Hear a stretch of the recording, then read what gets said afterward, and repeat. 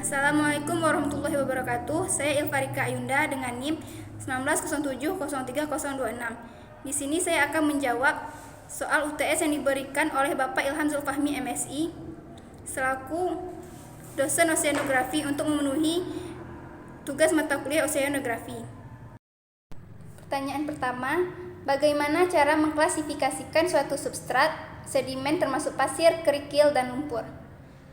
Dikatakan kerikil apabila lebih dari 2 mm. Dikatakan pasir 1/16 mm.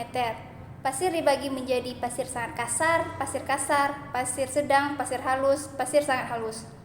Dikatakan lumpur lebih kurang dari 1/16 mm. Pertanyaan kedua, sebutkan tata cara menganalisis morfometrik ikan.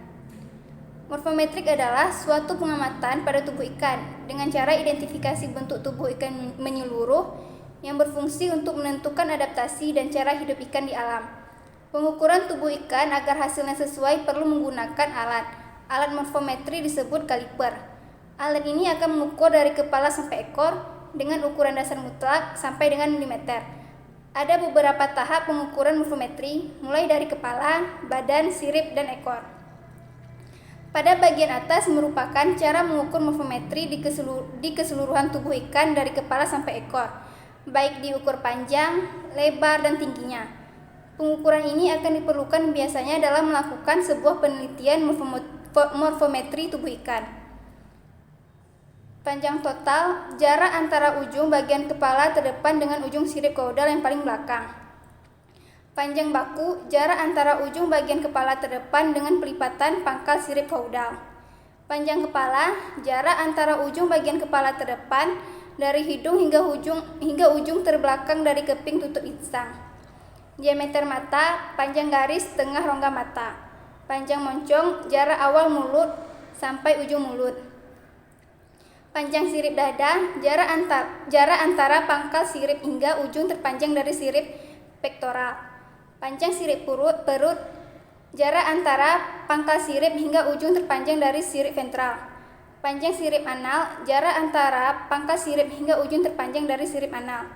Panjang batang ekor, jarak miring antar ujung dasar sirip anal dan pangkal jari-jari tengah sirip kaudal. Tinggi sirip dorsal, jarak dasar dari jari-jari sampai ujung jari-jari terpanjang sirip dorsal. Panjang dasar sirip dorsal, jarak antara pangkal jari-jari pertama dengan tempat selaput sirip di belakang jari-jari terakhir sirip dorsal bertemu dengan badan. Tinggi badan diukur pada bagian ventral tertinggi antara bagian dorsal dengan ventral. Tinggi batang ekor diukur pada bagian batang ekor pada tempat yang terendah. Tinggi kepala diukur dari bagian kepala atas sampai kepala bawah. Pertanyaan ketiga, faktor apa saja yang mempengaruhi pola pertumbuhan dan faktor kondisi ikan? Apakah faktor kondisi ikan bisa berubah? Faktor yang mempengaruhi pola pertumbuhan pada ikan yaitu faktor kondisi, di mana faktor kondisi ini menunjukkan keadaan baik ikan dilihat dari segi kapasitas fisik untuk sintasan dan reproduksi. Faktor kondisi ikan sangat dipengaruhi oleh pola pertumbuhan. Pola pertumbuhan juga ditentukan oleh faktor ekologis dan biologis. Faktor ekologis diantaranya adalah musim, kualitas air, suhu, pH, salinitas, posisi geografis, dan teknik sampling. Faktor biologis meliputi perkembangan gonad, kebiasaan makan, fase pertumbuhan, dan jenis kelamin. Apakah faktor kondisi ikan bisa berubah? Bisa, karena faktor kondisi tinggi pada ikan menunjukkan ikan dalam perkembangan gonad, sedangkan faktor kondisi rendah menunjukkan ikan kurang mendapat asupan makanan. Faktor kondisi juga akan berbeda tergantung jenis kelamin ikan. Musim atau lokasi penangkapan serta faktor kondisi juga dipengaruhi oleh tingkat kematangan gonad dan kelimpahan makanan. Pertanyaan keempat, jelaskan tahap-tahap dalam melakukan penelitian ektoparasit, bagaimana menghitung prevalensi, dominansi, dan predileksi. Penentuan jenis ektoparasit yang menginfeksi sampel ikan hias dilakukan dengan prosedur sebagai berikut. Yang pertama, lendir dikerok dari permukaan tubuh, insang, sisik, dan sirip menggunakan pisau bedah atau scalpel. Lalu dipisahkan dan diletakkan di atas kaca objek yang berbeda. Yang kedua, ditambahkan setetes aquades ke atas kaca objek berisi lendir. Yang ketiga, campurkan lendir dan aquades secara merata. lalu ditutup menggunakan kaca tutup. Yang keempat, preparat ulas basah diletakkan di bawah mikroskop binokuler untuk diperiksa. Pemeriksaan ektoparasit dilakukan dengan metode natif dengan melakukan pengorokan atau scraping pada permukaan tubuh, sirip, dan insang.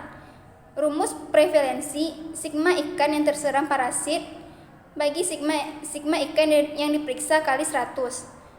Rumus dominansi Pi sama dengan Ni per N. D sama dengan sigma pi kuadrat, di mana D sama dengan indeks dominansi, N sama dengan total